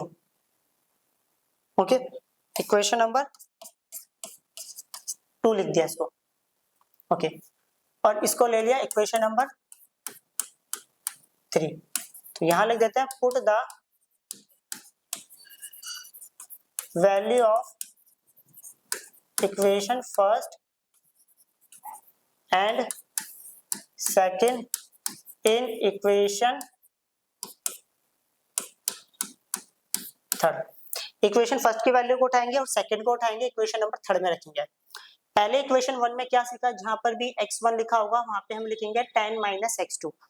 तो ये लिख दिया 0 इज इक्वल टू x1 की जगह पे हम लिखेंगे 10 माइनस x2 लिख दिया, फिर बीच में क्या है प्लस x3, इक्वेशन 2 से सीखा x3 की जगह पे लिखेंगे 12 माइनस x2, तो 12 माइनस x2। ओके, तो ये 0 इज इक्वल टू इन दोनों को प्लस करेंगे तो ये आएगा 22, इन दोनों माइनस माइनस क्या होता है प्लस, तो माइनस 2x2, इधर नेगेटिव है उधर की ये प्लस हो जाएगा x2 इज इक्वल टू में 22, 2 के टेबल से काटा तो ये आएगा x2 इज इक्वल टू में 11। ओके, x2 की वैल्यू 11 निकल गया, तो बारी बारी देखो ओरली सॉल्व करते हैं।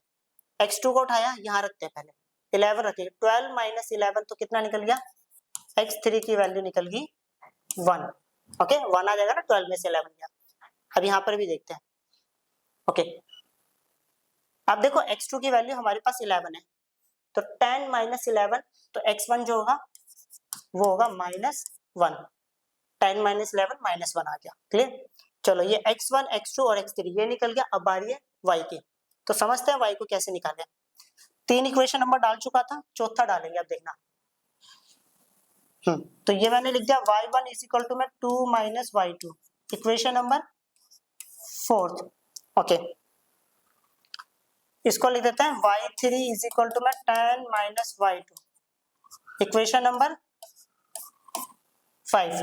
इसकी वैल्यू को उठाते हैं, इसको एक नंबर दे देते हैं, इक्वेशन नंबर 6। तो यहां लिख देते हैं put the value of equation number कौन सी है, 4th और 5th, 4th and 5th in equation number 6। Okay, 4th और 5th की वैल्यू को उठाएंगे। 4th में लिखा है y1 is equal to 2 minus y2, तो y1 की जगह पहले तो लिख दिया 6 इज इक्वल टू, y1 की जगह पे लिखेंगे हम 2 minus y2 plus y3, y3 का है y3 की जगह पे लिखेंगे 10 माइनस y2 और इज इक्वल टू 6 लिखा हुआ है। ओके, तो ये आएगा 6 इज इक्वल टू, इन दोनों को अगर मैं प्लस करूंगा तो ये आएगा 12, और इन दोनों को प्लस करूं, माइनस माइनस प्लस होता है तो ये आ गया -2y2। इधर नेगेटिव है, इधर आके ये पॉजिटिव हो गया, इधर +6 इधर के माइनस करूंगा तो 6 आएगा, तो 2 के टेबल से कट गया। Then the value of y2 is equal to में कितना हो गया 3। अगर y2 की वैल्यू 3 है, इसको उठाते हैं, पहले यहाँ पे रखते हैं y2 की वैल्यू कितना था 3 रखेंगे, 2 - 3 तो कितना हो गया -1, तो y1 की वैल्यू -1 होगी। y2 की वैल्यू 3 है, तो 3 यहाँ रखा, 10 - 3 तो y3 जो है वो आ गया हमारे पास 7। अब समझना, अब बारी बारी सारे कोऑर्डिनेट निकालते। ए बोले तो x1 और y1 कोऑर्डिनेट था, तो x1 की वैल्यू कितनी है -1 और y1 की -1। उसके बाद b x2 y2, x2 कितना है 11 और y2 कितना है 3। c x3 y3, x3 कितना है 1 और y3 कितना है 7। क्लियर, एक बार नोट कर लो आप।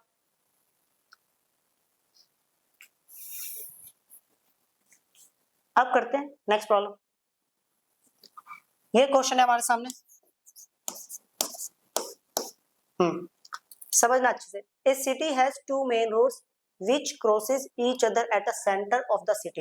एक सिटी में 2 मेन रोड्स हैं, ओके, जो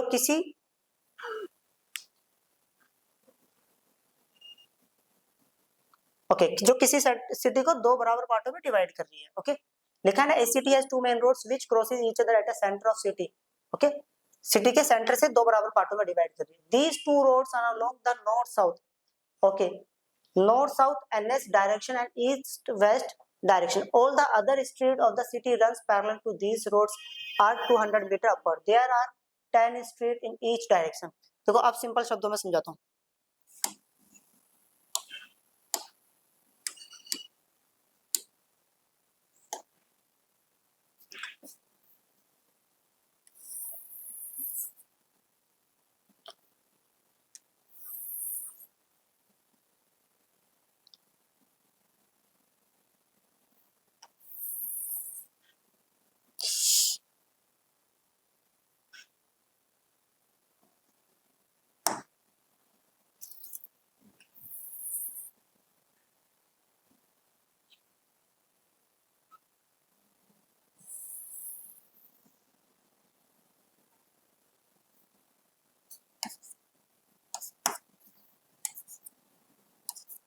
देखो क्वेश्चन में इसको डायरेक्शन का नाम दिया गया नॉर्थ साउथ ईस्ट और ये हो गया वेस्ट।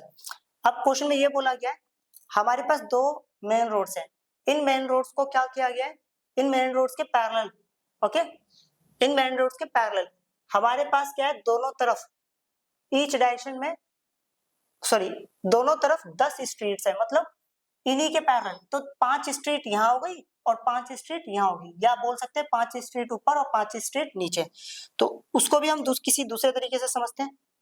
देखो ऐसे समझेंगे, ये एक मेन रोड, ये मेन रोड है। अब इसी के पैरेलल हमारे पास बहुत सारी स्ट्रीट है 10, और 10 में से इन्होंने बोला है दोनों तरफ हाफ हाफ है, मतलब 5 इस तरफ। अच्छा दूसरा कलर लेते तो बहुत लाइट है।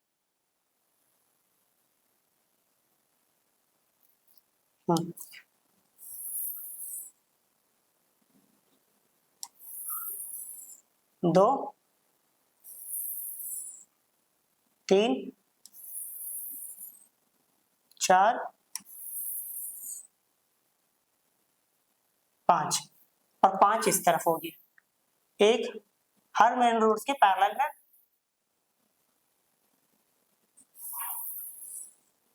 3 4 5, ओके।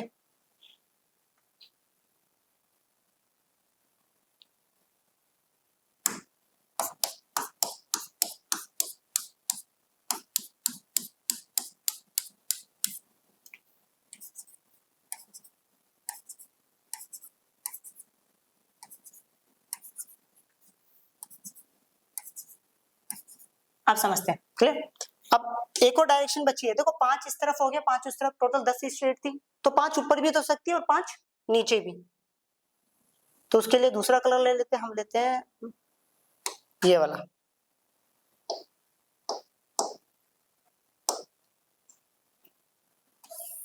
ये तो बहुत हल्का है, तो ये रेड ले लेते हैं।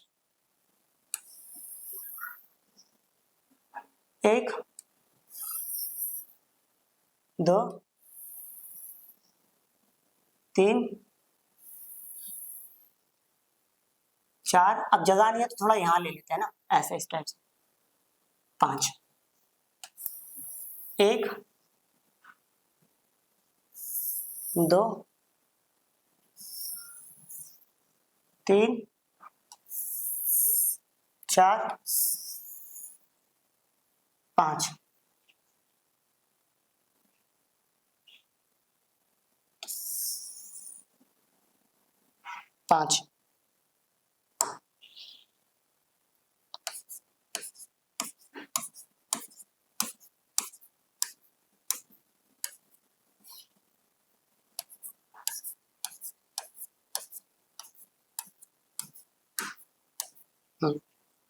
कलर चेंज कर लेते हैं।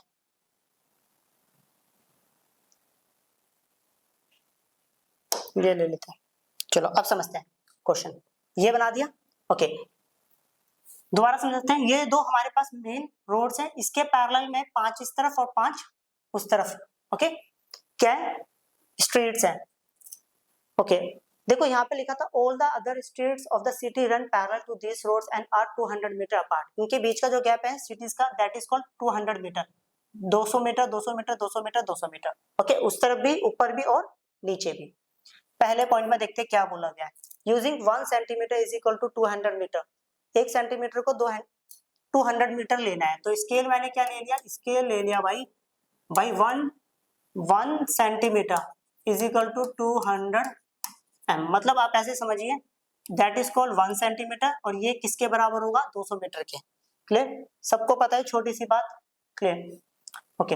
रिप्रेजेंट द रोड और slash streets by a single lines, okay.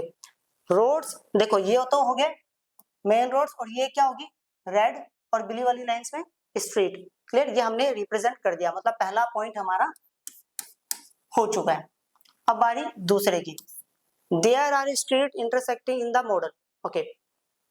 हमें यहाँ पर दिख रहा है इस मॉडल में जो स्ट्रीट से एक दूसरे को काट रही है, भाई हर पॉइंट पे तो कट ही हो रहा है, देखो cut cut cut cut cut cut, है ना, कॉर्नर पॉइंट्स मिल रहे हैं हमें, ओके।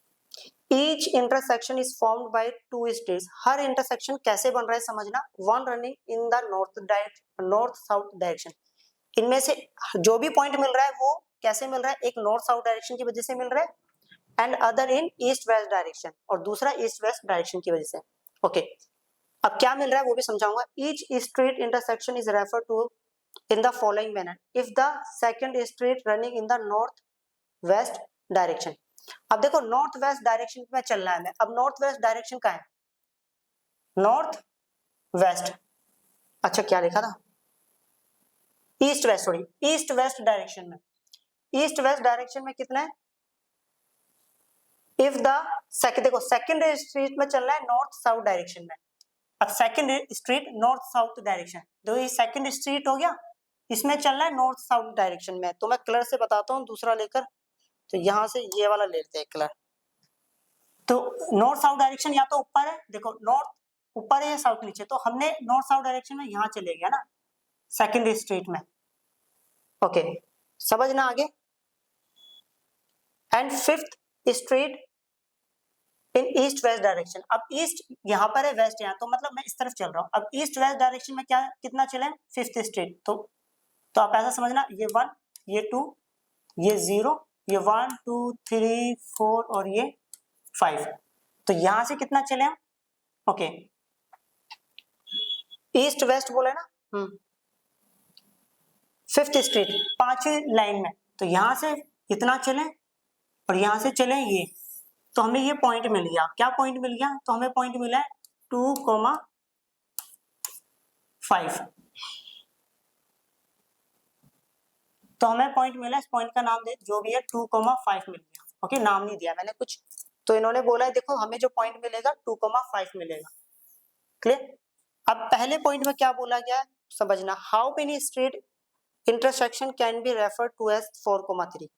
अब देखो 4,3 बोला है, तो आप समझिएगा, ओके। तो यहां से 4 1 2 3 4, ओके, और यहाँ से 3, मतलब यहाँ से 3 और यहाँ से 4, तो पॉइंट मिल गया ये, तो ये होगा 4,3। दूसरे की भी बात कर ले, how many straight intersection can be refer to as 3,4, यहाँ से 3 और यहाँ से 4, तो ये होगा 3,4, तो ये हो गया 3,4। तो समझना, पहले पॉइंट का आंसर आराम से देखते हैं। हाउ मेनी स्ट्रीट,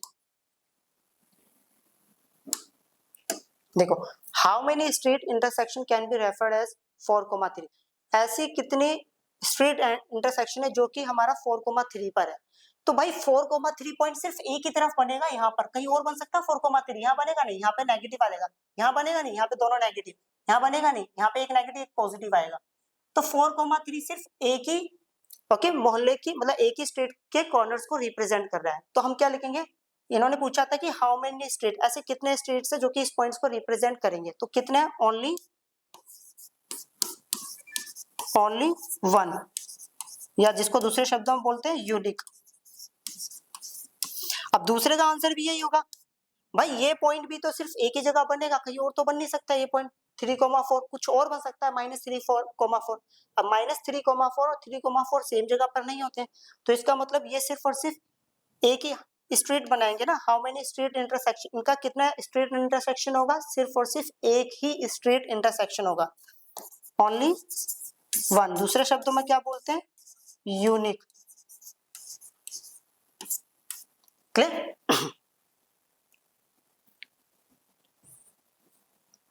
अब करते हैं नेक्स्ट प्रॉब्लम।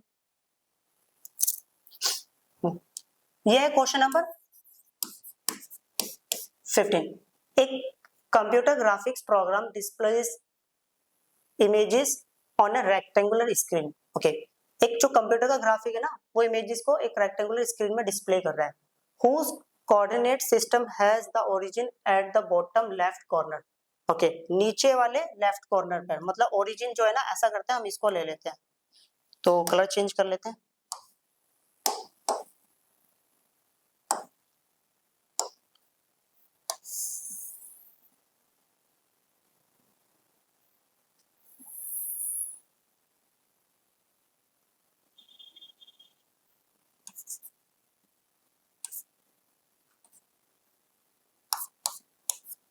इसको ले लिया और लेफ्ट, ओके, बॉटम लेफ्ट बोला था ना, नीचे से।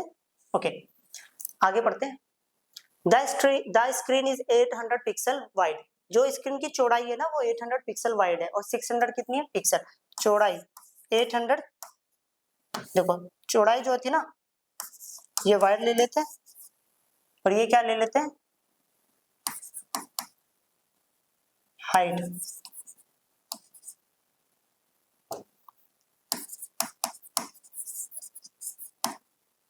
हाइट किस तरह गलत होगी, ओके, इसकी हाइट कितनी है, चौड़ाई तो पता चल गया, चौड़ाई जो है 800 है, तो ऐसा करते हैं 100 का डिफरेंस ले लेते हैं, 100, 200, 300, 400, 500, 600, 700, ओके।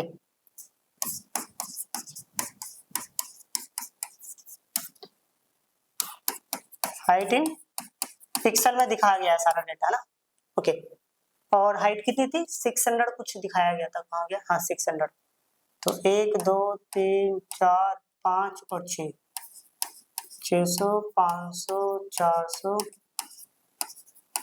300, 200, 100। क्लियर।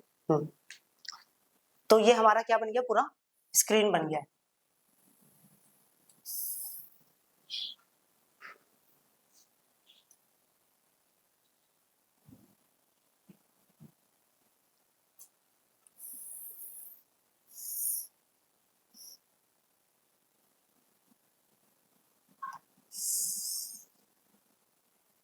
ओके, ये स्क्रीन है हमारा।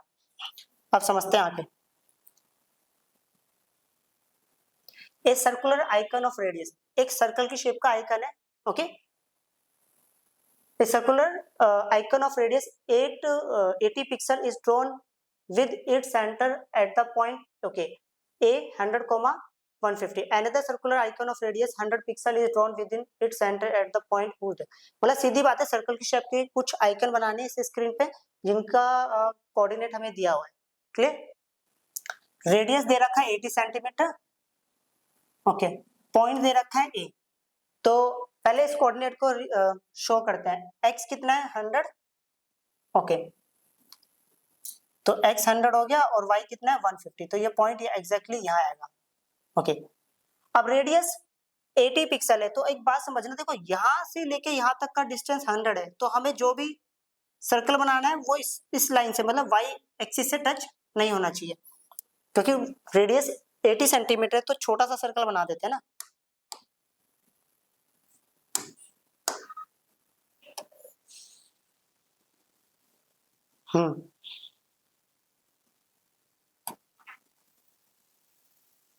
ये परफेक्ट है. क्लियर. चलो, इन्होंने बोला है एक दूसरा आइकन बनाना है जिसका रेडियस 100 पिक्सल है. रेडियस दे रखा है 100 पिक्सल और सेंटर दिया हुआ है ये. तो पहले ये पॉइंट प्लॉट करते कहाँ है. x 250 है तो 250 यहाँ का ही होगा और y 230, तो 230 यहाँ का ही. तो ये दोनों ये ऐसे जाएंगे तो ये यहाँ कहीं मिलेंगे.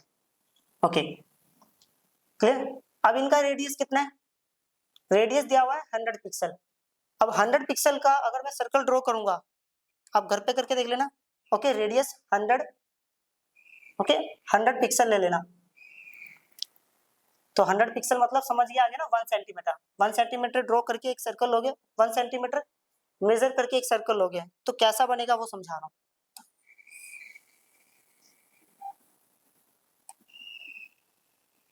एग्जैक्ट ऐसी शेप कुछ बनेगी. क्लियर. तो समझना. अब पहले पॉइंट की तरफ आ जाते हैं. पहले पॉइंट में क्या बोला गया है. Okay, determine whether any part of either circle lie outside the screen. क्या सर्कल का कोई भी पार्ट स्क्रीन से बाहर दिख रहा है. तो हम क्या बोलेंगे, नो. ये तो अंधा भी देख के बता देगा कि भैया ये तो सर्कल क्या स्क्रीन से कहीं पे इसका कोई भी पार्ट बाहर दिख रहा है. मींस ऐसा कोई होता, जैसे फॉर एग्जांपल ऐसा देखो थोड़ा बहुत पार्ट बाहर दिख गया स्क्रीन से.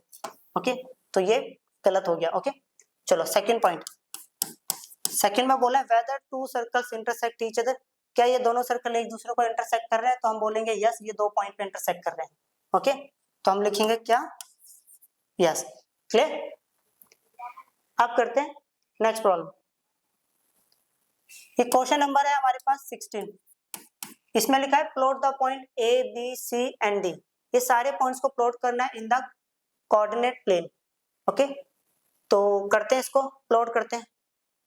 तो ऐसा करते हैं, पीछे से कोई ग्राफ कॉपी कर लेते हैं.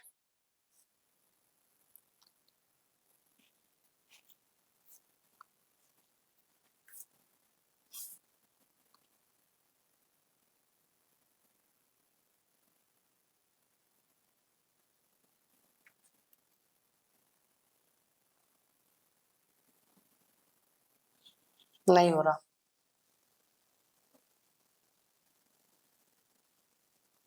कोई बात नहीं, हम बना लेते हैं इसको.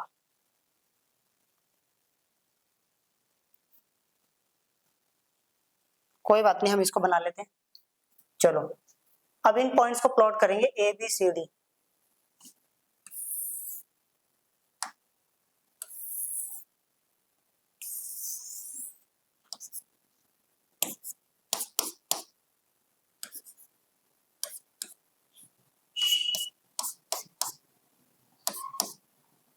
ओके, तो कोशिश करेंगे कि बराबर डिस्टेंस ले. 1 2 3 4 5, 1 2 3 4 और 5.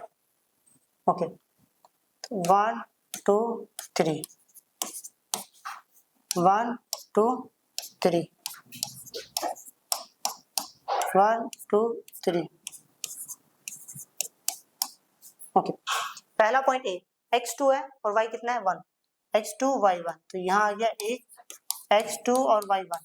दूसरा है b x माइनस 1 है, x माइनस 1 और y2, तो यहाँ हो गया x माइनस 1 और y और 2.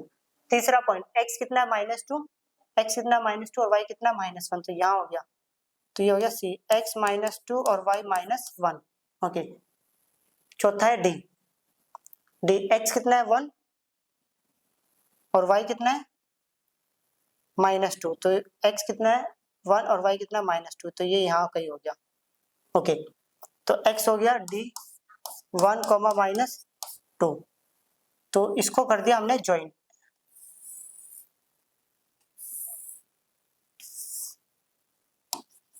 चलो ओके, हमसे पूछा गया is ABCD a square, can you explain why, what is the area of this square.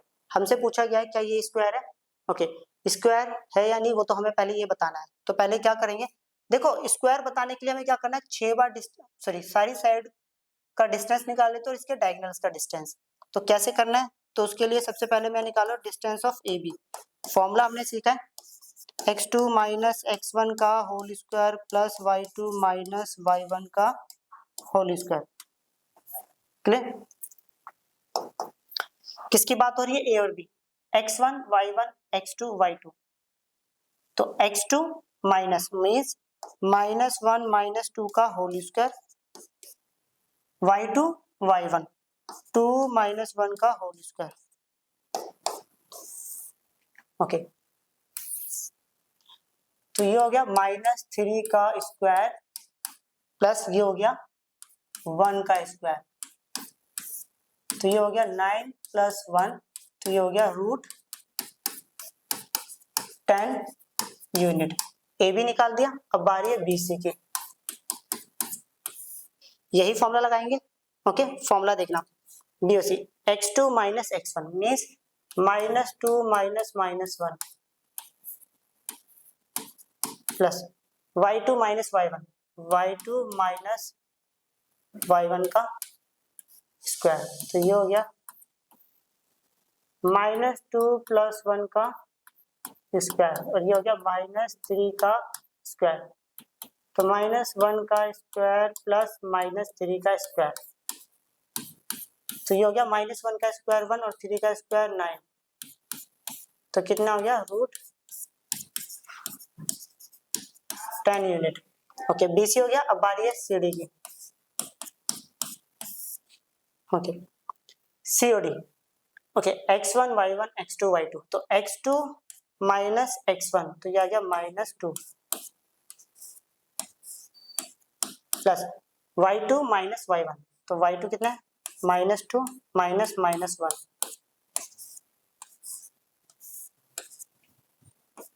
तो यह 1 + 2 का होल स्क्वायर -2 + 1 का होल स्क्वायर, तो ये हो गया 3 का स्क्वायर और -1 का स्क्वायर, तो ये आ गया 9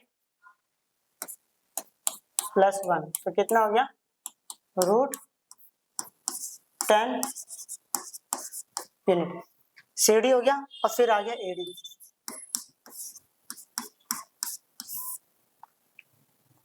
AOD x2 माइनस x1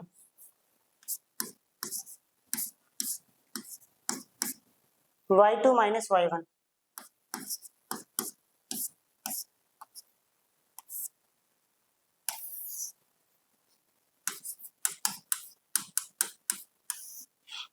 कितना हो गया, ये हो गया -1, ये कितना हो गया -3, तो ये होगा 1 प्लस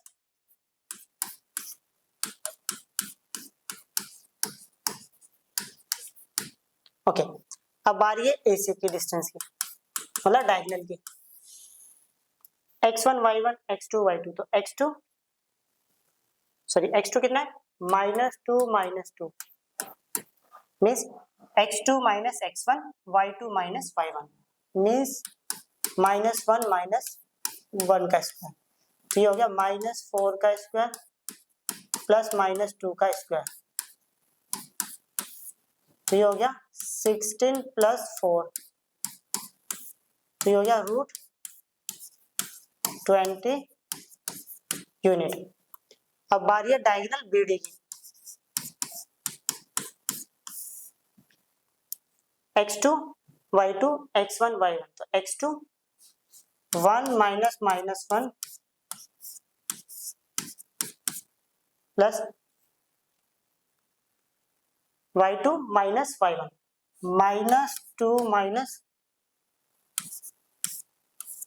2, तो ये आ गया 1 माइनस माइनस प्लस, तो ये आएगा 1 + 1 का होल स्क्वायर, और ये आ जाएगा -4 का होल स्क्वायर, तो ये आ जाएगा 2 का स्क्वायर, और ये आएगा 16, तो ये आएगा 4 + 16, तो ये आएगा √20, ये आ गया यूनिट।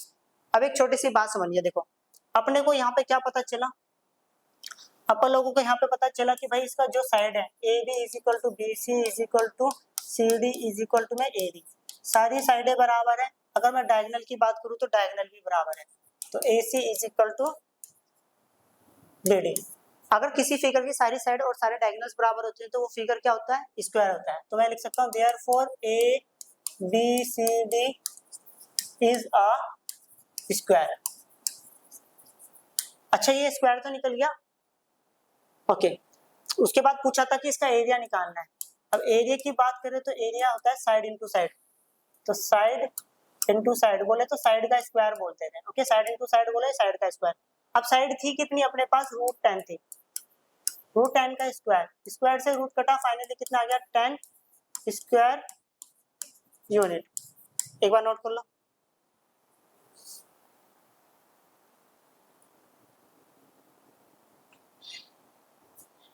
ये वाला चैप्टर भी फिनिश हो गया। मिलते जल्दी एक नई वीडियो के साथ, बाय।